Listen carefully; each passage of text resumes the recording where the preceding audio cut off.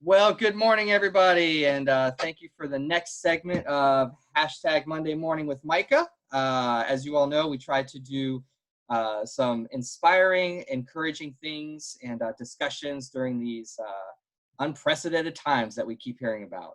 Today, I have a very dear friend of mine and somebody that inspires me. Mr. Jonathan Cook, who is going to be sharing with us a little bit of his life and kind of go into senior living and how to also find time with our families during a pandemic, which is something that I feel we all still need to do and find the time with our families in these challenging times. Family should not be a second or a last priority. It should still be top priority.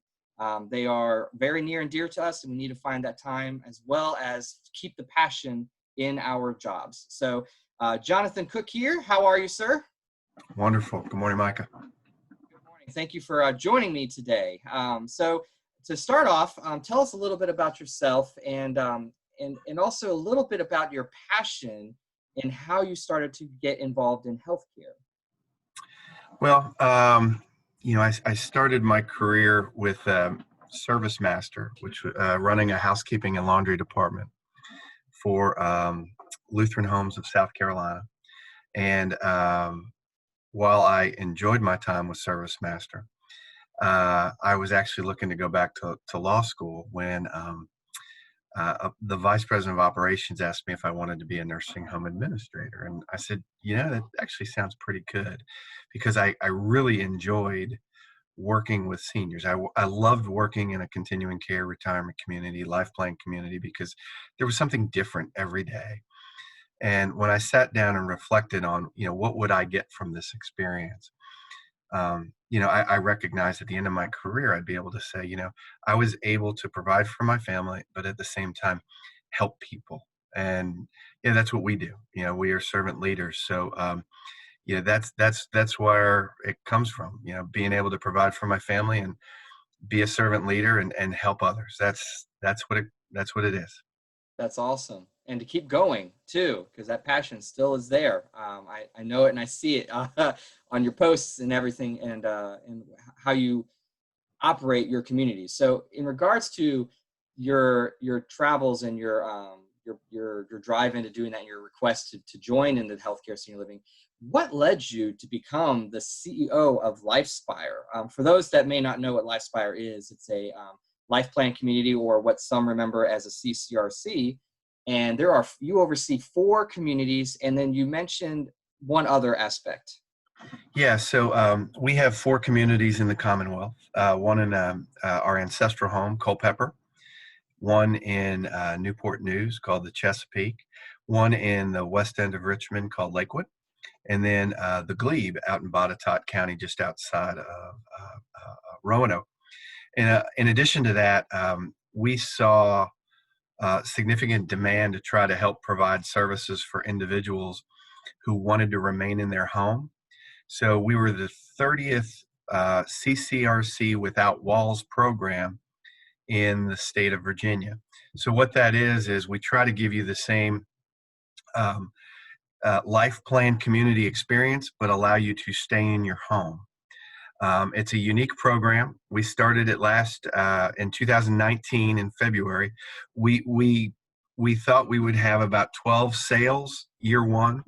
We ended the year with, I believe it was 73 members in the program. So high demand. And to be able to, our mission statement is to empower individuals with choices and purposeful living.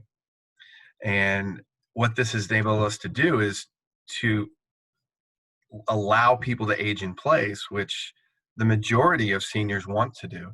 So we are now expanding those that we can serve, and also the folks who couldn't afford to move into a CCRC or life plan community now have a vehicle to address those needs. Wow. But what led you to become the CEO of all of that? Because that's a very large spread. Yeah. Um, and So being able to do that. after my first 10 years with Lutheran Homes of South Carolina, I actually went to work for Life Care Services, which is the largest manager of life plan communities in the country, based out of Des Moines, Iowa. And I joined them as an executive director, and pretty quickly became what's called a director of operations management, which was, a regional, as you would call it. And after doing that work, I did recognize that I did miss the work-life balance a little bit.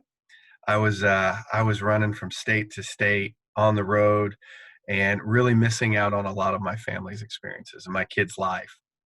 And so an opportunity presented itself to go back to the non-for-profit world, and work for a non-for-profit provider, all in one state, only 4 communities. So generally, my head is in my bed every night. And so for the last 5-6 years, that's been very important. So it really was a work-life balance decision that brought me here, and it's been a great experience so far. I'm sure. And you say only 4, but they are large communities as well. So Well, we serve about 1,500 residents, and last year, with the Lakewood at Home, as well as 3 major expansions coming online, we actually increased the amount of seniors we serve by 15.7% in 1 year. So it was a pretty large growth uh, in our body served. yeah. I'm trying not to say residents, because we now have members. Good catch. Good catch. Now you alluded to family life and balancing that. So now the other question is, now with you having to oversee all of that across Virginia, which must have its own challenges in its own sense, but now with a pandemic and quarantine and all those new challenges that have been added, and maintaining staff and trying to figure out policies, procedures with, the governor's statements, how we're evolving, but you also still maintain a commitment to family time as well. How do you manage that? How do you work that in with all of that? Well, first, you just have to have wonderful team members, That's true. right? So when you talk about managing the pandemic, I don't know that I could even begin to face that challenge without our corporate director of clinical services, Paula Bolton. I mean, she's just top notch, every way, every shape, every form. The 4 executive directors we have leading our communities, our infection control nurses, our directors of nursing. Anne Marie at Lakewood has been fantastic. Stephanie at the Glebe has been tremendous. I mean, everybody has pitched in, and it's interesting. I was talking to a board member who is a Baptist minister, and I was talking about what's the impact of the pandemic on their church life, and he said it's amazing how people rally together in a time of crisis. And I have found that is exactly what has occurred within our communities. And one of my friends in the industry is Mauro McKenzie, and he works for Clifton Larson Allen, and he's a big strategic planning guy, and he always challenges everybody. I've seen it for years. What sets you apart as a non-for-profit? And everyone says, well, we're non-for-profit. And he will say, that's not a differentiator. And I told him the other day, I said, I know you say that, Mario, but in the last few months, I can't quantify it yet, but I can feel it. Mm-hmm. Having your staff come together, and I think having that staff come together is what enables people to take that time off, Yeah. to recharge their batteries, regain their clarity and their focus for when they come back to best serve our residents and to support each other. Yeah. But now you Having a great team is the answer. say what? Having a great team is the answer. But how do you so, and then you find the time to spend time with family. So how do you manage that with, like, so obviously you have a good staff, you have a good team, but I'm sure, like many of us, even when we go home, we're still worried about the emails that come in, responses that might need immediate attention. But I know that you've still been able to encourage and still commit to being with family and doing fun things with your family. So how do you balance You you can't pour tea from an empty kettle. And what I mean is you have to make sure that you have your self-care. If you aren't caring for yourself, how in the world can you care for the others? So it's more important now than ever to make sure you're taking care of your, not only of yourself physically, mentally, emotionally, and spiritually. So everybody deserves that time. And somebody came to me the other day and said, I think we should make some exceptions to allow people to carry over their personal leave. And I said, no, we can't do that, because we want people taking time off. Yeah. We need people taking time off. So if you aren't promoting your own self-care, um, you're ultimately hurting the organization, because you're not going to be there for your residents or your teammates. Wow, those are strong words, sir. That's very encouraging, and it's important that we do rely on self-care as well. So I'm really glad to hear that you guys committed to that. So with all of this, what words of encouragement, motivation, positive words can you provide to those that are CEOs, executive directors, and the like, and regional roles that are feeling overwhelmed, that they don't know how to overcome? What's the overcome going to look like?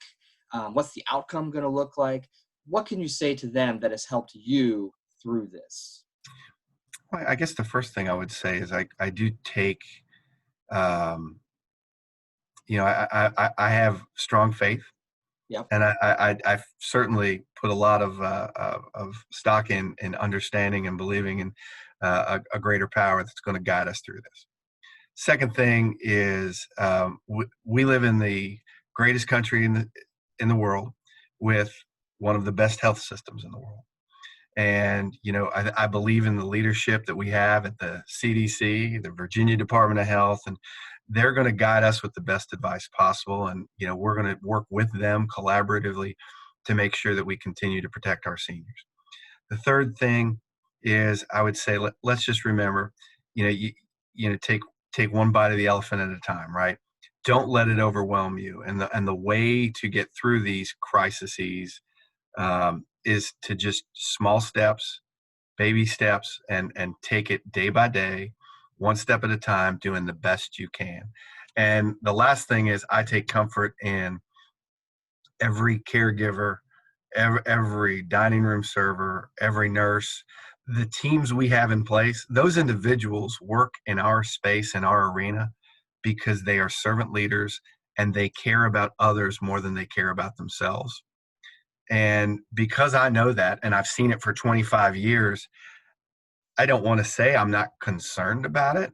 Yeah. I'm not going to say it doesn't keep me up at night, but it gives me great comfort. And I think it should give everybody comfort that, the individuals that we interact with at Leading Age, the individuals with the American Healthcare Association, these are just caring, compassionate individuals who are servant leaders. And I've known them for years, and we will get through it together.